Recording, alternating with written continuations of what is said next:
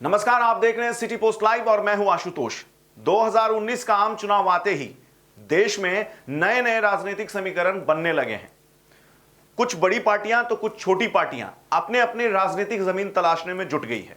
वहीं बात अगर बिहार की जाए तो बिहार में सीट शेयरिंग का जो बवाल है, जो घमासान है, वो थमने का नाम ही नहीं ले रहा है। जहां एक तरफ उपेंद्र कुशवाहा एनडीए को सीट शेयरिंग पर चल रहे विवादों को सुलझाने के लिए पहले ही 30 नवंबर तक का अल्टीमेटम दे चुके हैं, तो वहीं दूसरी तरफ बिहार के पूर्व मुख्यमंत्री जीतन राम मांझी जो बात कर रहे थे महागठबंधन के सीट शेयरिंग के फंसे पेंच को सुलझाने के लिए, उनका खुद का ही पेंच फंसता हुआ नजर आ रहा है। सीट शेयरिंग के लिए जोड़ तोड़ की राजनीति के बीच गुरुवार को बिहार में एक नया समीकरण बनता दिखा।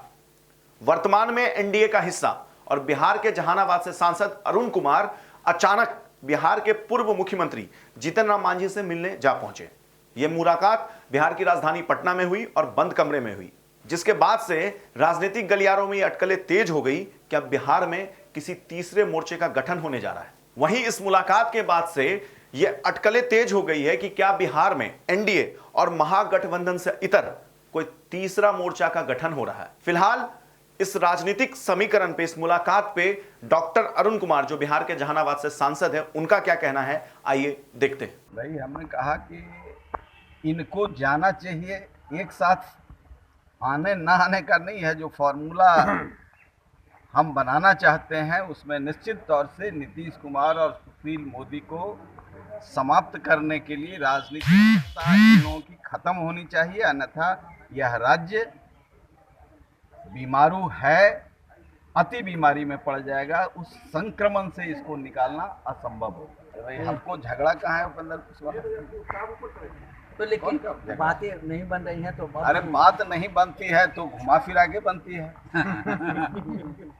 जब टारगेट एक हो तो बात घुमा फिरा। दरअसल महागठबंधन में भी सीट शेयरिंग के फॉर्मूले को लेकर के पेच फंसा हुआ है, जिसको सुलझाने के लिए बिहार के पूर्व मुख्यमंत्री जीतन राम मांझी ने यह मांग की थी और सलाह दिया था कि इस फॉर्मूले को सुलझाने के लिए, इस विवाद को सुलझाने के लिए कोऑर्डिनेशन कमेटी बनाई जाए, जिसका समर्थन बिहार कांग्रेस के अध्यक्ष मदन मोहन झा ने भी किया था। फिलहाल आरजेडी इस सीट शेयरिंग के फॉर्मूले पर कुछ बोलने से परहेज कर रही है। वहीं कांग्रेस के नेता कौकब कादरी ने पहले ही ऐलान कर दिया है कि वो बिहार में सबसे ज्यादा सीटों पर चुनाव लड़ेंगे। तो जाहिर सी बात है कि बिहार में महागठबंधन में भी सीट शेयरिंग का जो फॉर्मूला है, जो पेंच है, वो अब तक फंसा हुआ है। इसी बीच डॉक्टर अरुण कुमार और बिहार के पूर्व मुख्यमंत्री जीतन राम मांझी का इन दोनों की मुलाकात बंद कमरे में होती है।